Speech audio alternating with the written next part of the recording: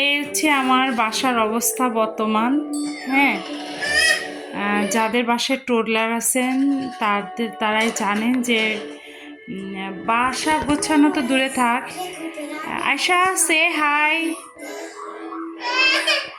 তো আমার বেবি কিছুই করতে দিচ্ছে না, তার খেলনা সব জায়গায় ছড়ানো ছিটানো, এলোমেলো অবস্থা বাসার। এদিক থেকে আমি রান্নাও করতে পারছি না। হ্যাঁ বলো, কোথায় বসবো?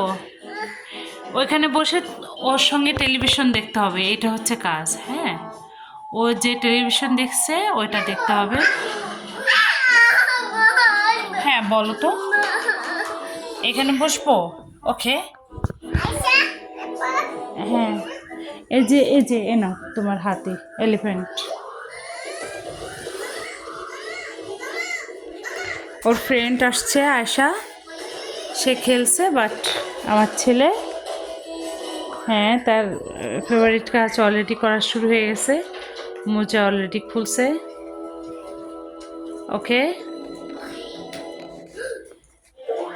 বাবাই, কি করছো? হ্যালো বেবি, কি